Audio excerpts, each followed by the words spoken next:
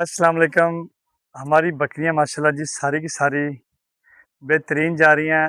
पहले जो है हम इस सब्ज़ चारा डाल रहे थे, तो अब जो है हम इन्हें तूड़ी के ऊपर चोकर वंडा वगैरह डाल रहे हैं। और अल्हम्दुलिल्लाह 20 बकरियां और 2 बकरे हैं। सिर्फ एक बंदा इन्हें चारा डाल रहा है तूड़ी के ऊपर।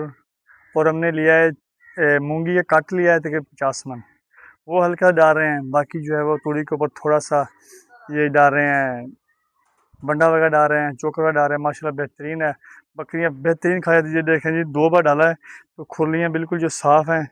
माशाल्लाह बकरियों के पेट भी भरे हुए हैं।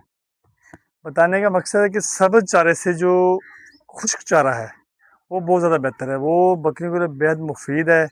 ये बकरियां जो है वो पानी ज़्यादा पीती हैं, इनकी ग्रोथ भी अच्छी होती है और जो है बहुत फ़ायदेमंद है।